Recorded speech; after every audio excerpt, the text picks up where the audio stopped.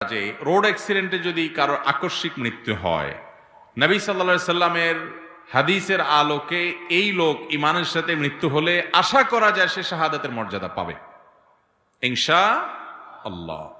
কারণ নবী সাল্লাল্লাহু আলাইহি সাল্লাম বলেছেন আশ-শাহীদু খামসুন, কোন কোন আছে আশ-শাহীদু সাবউন আও তিসউন গায়রু শাহীদি ফি সাবিলিল্লাহ। আল্লাহর রাস্তায় যারা জীবন উৎসর্গ করেন তারা ছাড়াও আরো বিভিন্ন প্রকারের শহীদ আছে। এর ভিতরে পানিতে ডুবে মরলে, আগুনে পুড়ে মরলে, কোনো দেয়াল চাপা পড়ে, ওয়াল চাপা পড়ে, ভূমিকম্পে সে মারা গেলে, এরকম রোড অ্যাক্সিডেন্ট ইত্যাদিতে এটাও চাপা পড়ে মারা যাওয়া, এগুলোর মাধ্যমে আল্লাহ তাআলা শাহাদাতের মর্যাদা দিবেন আশা করা যায়। এখন ওই যে মূল প্রশ্নটা, মারা গেছে যার গাড়িতে অ্যাক্সিডেন্ট করে, তার কাছ থেকে 1,00,000 টাকা জরিমানা আদায়ের যদি বিচারিক ফায়সালা হয় সেটা নেওয়া জায়েজ হবে কিনা, এর উত্তর হলো ইসলামী শরিয়ার বিধান আমরা যদি শুনি অনেকে অবাক হয়ে যাব। সুবহানাল্লাহ, এই বিধান